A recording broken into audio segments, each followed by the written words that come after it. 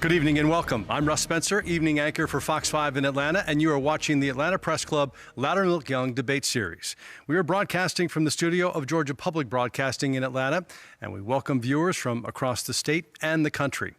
This is the runoff debate for the U.S. Senate seat currently held by Senator David Perdue of Georgia. The candidates are, in alphabetical order, Democrat Jon Ossoff. He is CEO of Insight TWI, a media production company that investigates corruption, organized crime, and war crimes for international news organizations. Republican David Perdue has served in the U.S. Senate since 2015. Before his election, he sat on the board of 5 major corporations and co-founded Perdue Partners, a global trading company. Senator Perdue declined to participate in this debate and is represented by an empty podium. Now let's meet our panel. Greg Bluestein is a political reporter with the Atlanta Journal-Constitution. Lisa Rayam is host and senior producer of NPR's Morning Edition on WABE in Atlanta. Let's get started. The topics were not shared with Mr. Ossoff before the debate. The debate will be divided into 3 rounds. Each round he will have 60 seconds to answer his question. To start the debate, Mr. Ossoff will be asked 2 questions by each of the panelists. And Greg, you get the first question. Mr. Ossoff, thanks for being here. The state is experiencing another coronavirus surge, and over the weekend, Georgia set a single-day record for new cases of the disease. What should the federal government be doing right now to contain the virus? And if public health experts support a new lockdown, would you endorse the idea? Good afternoon, Greg. Thank you for the question. Thank you to the Atlanta Press Club and Georgia Public Broadcasting for hosting us. This is a time of incredible pain and difficulty for so many Americans. We've lost more than 250,000 Americans to this virus. Lives have been turned upside down. Jobs, businesses, homes, and livelihoods lost. And at the root of our government's failure to respond properly to this virus has been a disregard for public health expertise. So I will be listening carefully in the U.S. Senate to the advice of the leadership of the Centers for Disease Control and Prevention, based right here in Georgia, and I will be working to make sure that they have the resources they need to contain the spread of this virus, that our hospital systems, our clinics, our school systems, doctors and nurses like my wife Alicia, who got sick in July, fighting this virus, helping save lives.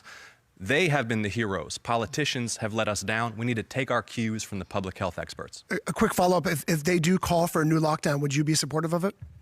I will take my cues from the leadership of the Centers for Disease Control and Prevention. And let me be very clear on this.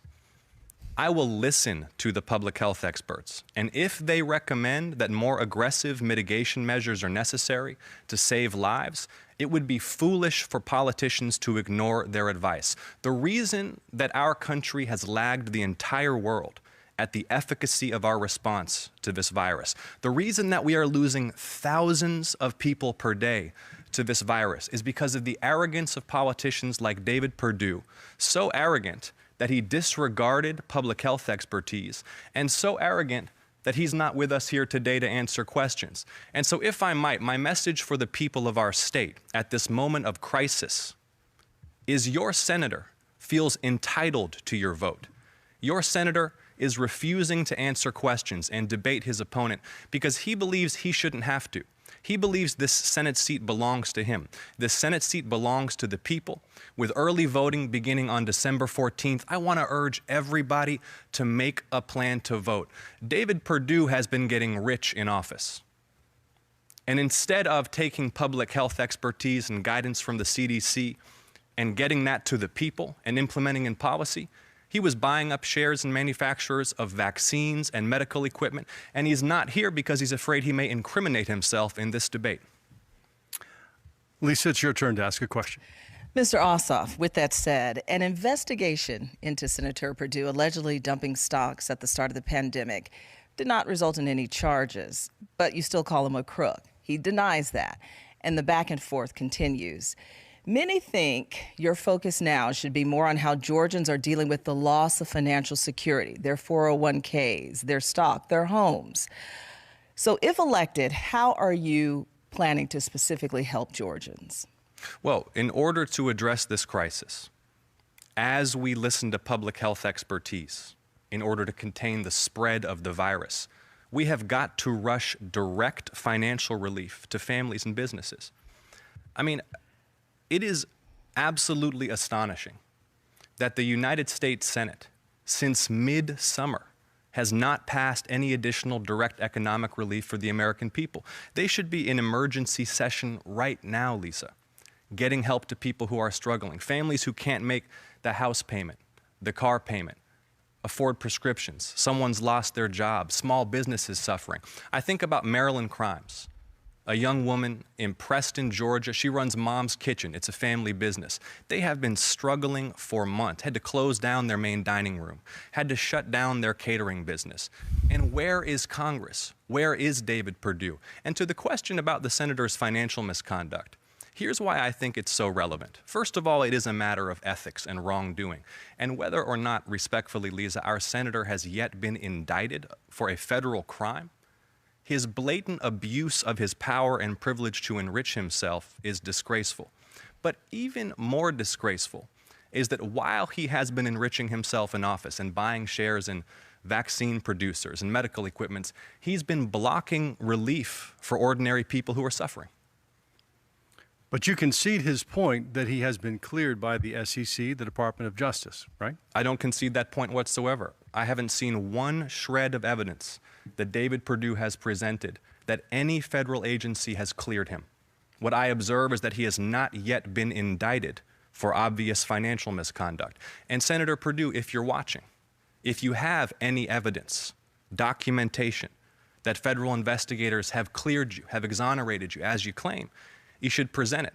But see, Russ, this is why David Perdue is not here today. He can't defend the indefensible.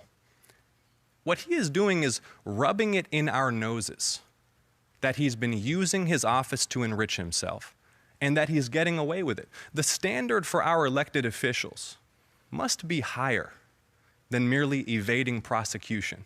And Lisa, picking up on the point you made, you know, all year Senator Perdue has been telling the public and members of the press that he doesn't control his own stock portfolio, that he doesn't order his own stock trades. But they impaneled a federal grand jury subpoenaing banking documents that found he does order his own stock trades.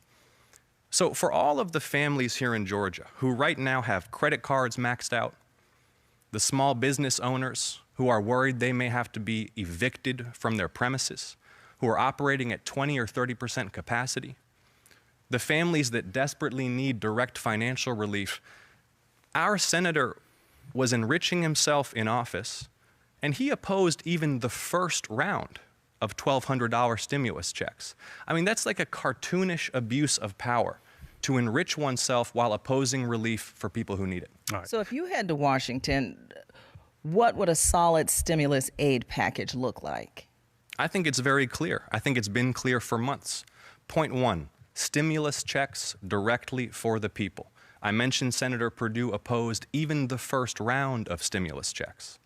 Those should have been sent 8 months ago. They should be sent tomorrow. Direct relief for small businesses. The PPP program has not been reauthorized since the summertime. It needs to be reauthorized. It needs to be expanded. And checks need to be put in place to make sure that larger firms are not exploiting that program and small and black-owned businesses are not being denied access to it. We need to get significant financial support to our public health infrastructure, to the Centers for Disease Control and Prevention, to clinics and hospitals, the U.S. Public Health Service, to nursing homes and hospice facilities.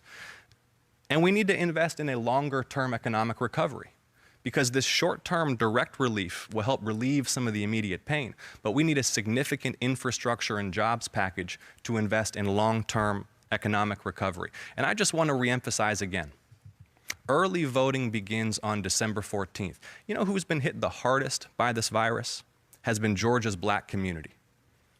where the death and the suffering and the financial distress have been so acute, where is Senator Perdue for the African American community here in Georgia? Where is Senator Perdue for those who are suffering and need relief? He's been on his private island trading stocks. We need to make a plan to vote, with early voting beginning on December 14th. All right. I want to get in Greg's second question. Before I do, I want to say that I misspoke at the outset. You have 90 seconds for your answers, which has not been an issue so far, but proceed. Thank you. Yeah, and I want to ask a follow-up. Sure. President-elect Biden has said his top priority is getting a generous stimulus package through Congress. You've called for direct stimulus checks to jumpstart the economy, but what should those payments look like, and what limits should be imposed to ensure that they don't go to people who should merit getting them? I think we shouldn't get bogged down in the details. I think that we should rush immediate, direct financial relief to the American people. And it should have been done months ago. And this is another reason that this election is so important. We all remember what happened when Mitch McConnell, the Republican leader in the Senate, did everything in his power to obstruct President Obama at every turn, purely out of spite and partisanship. Paralysis like that is untenable in a crisis such as this one. If we don't win these two Senate races, they're going to try to do to the Biden-Harris administration exactly what they tried to do to President Barack Obama. It will be gridlock, government shutdowns, bitter partisanship, obstructionism as far as the eye can see. People need help now. They needed help 8 months ago. Our senator has been absent, is absent, doesn't think he needs to be here answering questions, doesn't think he needs to be in Washington passing relief for the people. Our senator, who told us that COVID-19 was no deadlier than the flu, will be obstructing the efforts of this incoming administration to get relief to people and contain the spread of this virus. And it's why we have to make a plan to vote. And I'm going to keep saying it all night, that early voting begins on December 14th. Mr. Ossoff, thank you. That concludes the first portion of the debate. For those just tuning in, this is one of two runoff debates for Georgia's U.S. Senate seats. This is normally the round where candidates question each other. Since Senator Perdue declined to participate, Jon Ossoff, you may now ask the question that you would have asked him and answer that question yourself. You have 90 seconds. I appreciate that. Well, it's a strange situation to be asking a question of a sitting United States senator who is not here to debate as he asks for the votes of the people to be reelected. Senator Perdue, I suppose, doesn't feel that he can handle himself in debate, or perhaps is concerned that he may incriminate himself in debate,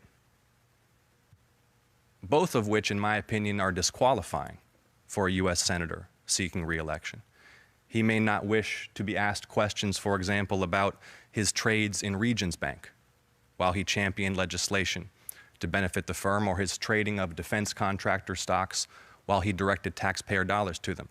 But whatever the reason that Senator Perdue is not with us today, I think what I would ask him is why he continues to oppose $1,200 stimulus checks for the American people at this moment of crisis, why he fought against them in the first place, and why he isn't in Washington right now championing direct financial relief, stimulus checks directly for an American people who are suffering. If I had the opportunity to ask the senator a question, if the senator were not too much of a coward to debate in public, then that's what I'd ask him.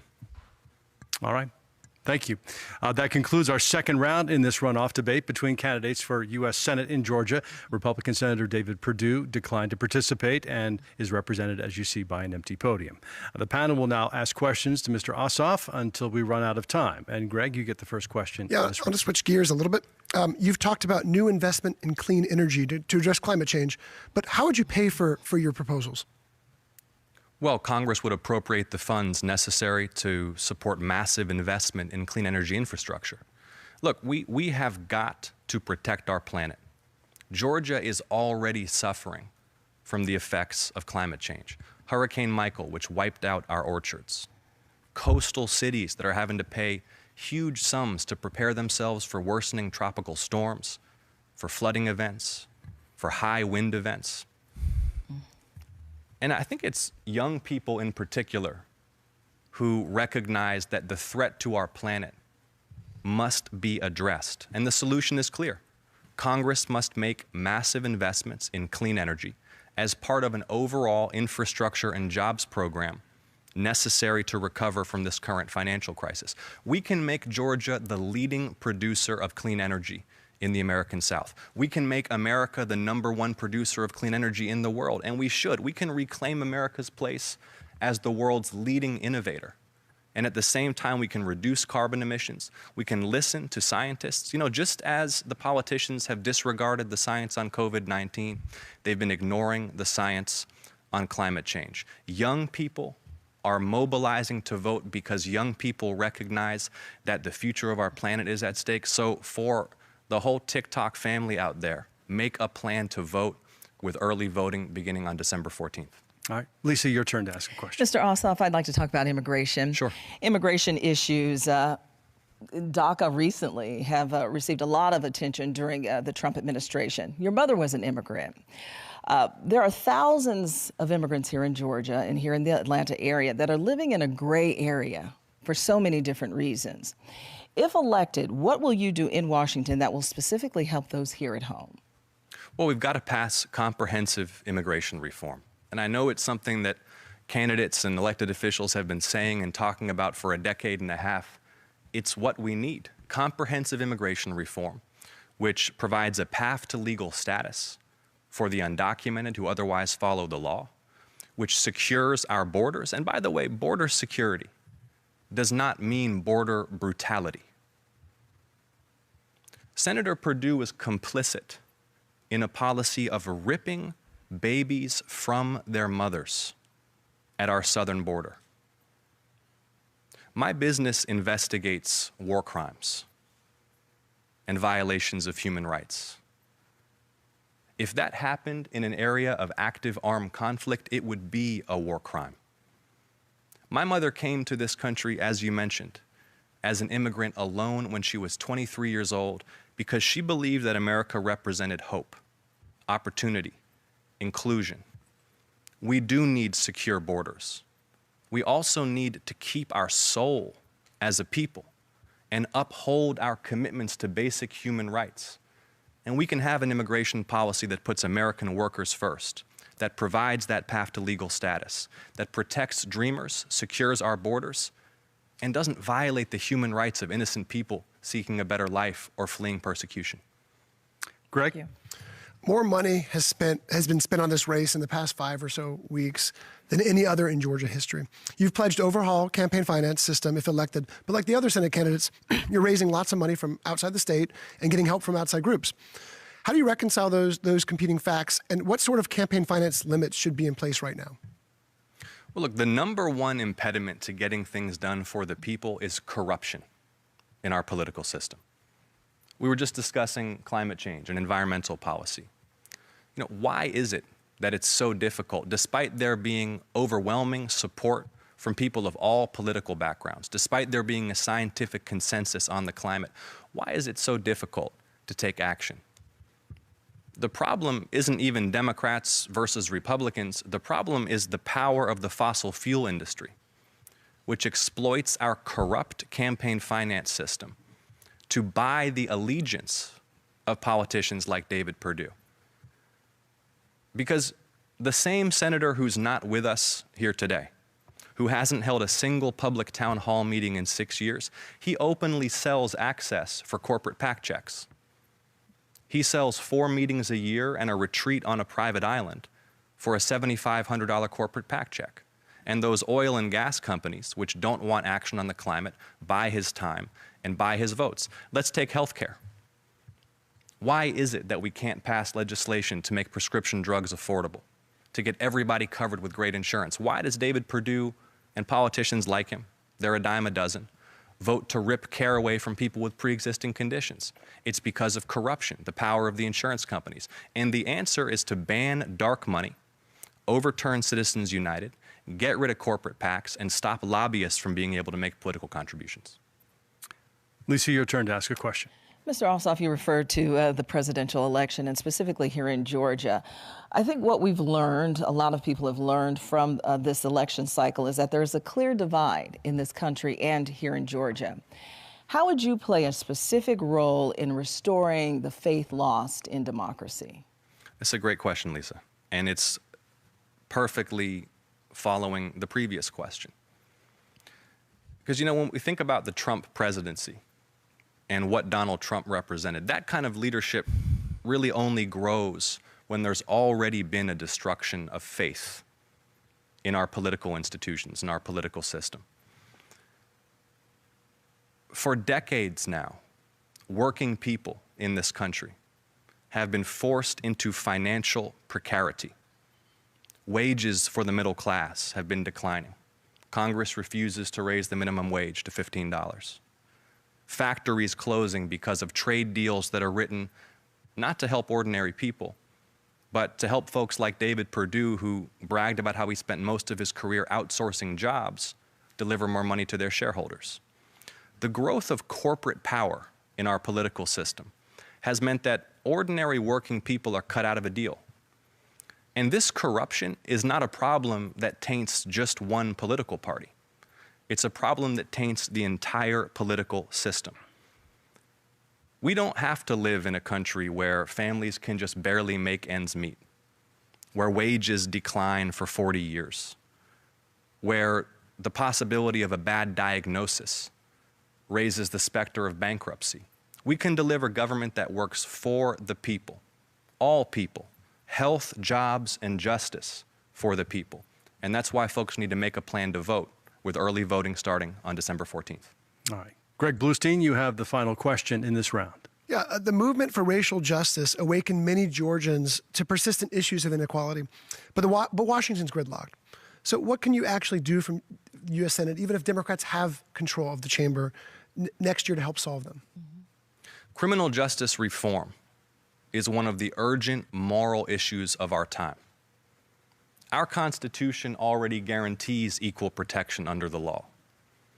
But when Ahmaud Arbery is shot to death in broad daylight, in the street, on camera, in Glenn County, Georgia, and because he is a young black man, local authorities look the other way, that makes a mockery of equal protection under the law. And let me just be really candid about this. Growing up as a white man in Georgia, I have never known what it means to fear I could lose my life or face false accusation or miscarriage of justice just because of who I am. But I do know that that is a daily fear for black people across this country. And Congressman Lewis, when I worked for him, he taught me about the power of the people to fight for justice. And now it's time for all of us, we the people, to fight for justice. We can pass a new Civil Rights Act to advance criminal justice reform. We can establish national standards for the use of force. We can ensure true accountability for police brutality and for racial profiling. We can make equal justice under the law a reality in America by passing a new Civil Rights Act, but only if we vote. And I've been saying it all night because in some ways it's the most important message of the evening. Make a plan to vote with early voting beginning December 14th so we can secure equal justice for all. That is all the time we have for questions. Lisa Rayam, Greg Bluestein, thank you very much for your part in this. Mr. Ossoff, you have 90 seconds for a closing statement. I appreciate it. I appreciate y'all for putting this together and doing a great job moderating the discussion. I regret that someone who is supposed to be a public servant didn't join us. I truly regret that we haven't had the opportunity to debate the issues because the people deserve it. And look, people expect me to come to a debate like this and criticize David Perdue. But it shows an astonishing arrogance and sense of entitlement for Georgia's senior U.S. senator to believe he shouldn't have to debate at a moment like this in our history. But ultimately, this is so much bigger than David Perdue. This is about what kind of country America can become. We are living at a moment of difficulty, of tragedy, but also of limitless opportunity. We can pass legislation to secure equal justice for all under the law. We can get out of this health crisis by empowering doctors and scientists.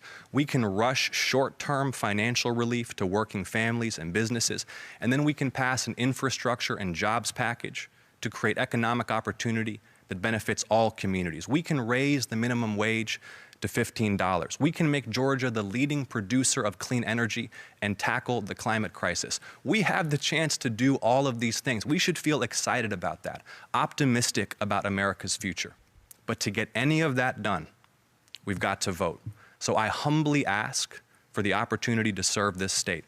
I may not always vote the way you want me to, but you can rest assured I will come to forums like this one and answer questions in open, unlike this man, because that's what you deserve from someone who serves you. Thank you so much for having me. Well, thank you for your closing statement, and thank you for being here tonight. We appreciate it very much. And that concludes our program. We'd like to remind voters that Election Day is Tuesday, January 5th. Absentee voting has already begun in Georgia, and early voting in Georgia begins on December 14th. That's a week from tomorrow. Thanks to Jon Ossoff and the panel for participating in this program, and thanks to the Atlanta Press Club and Georgia Public Broadcasting for arranging this debate. I'm Russ Spencer with Fox 5 in Atlanta. Thank you for joining us for the Atlanta Press Club Loudermilk Young Debate Series. Have a good night. We'll be back here at 7 o'clock with the next debate.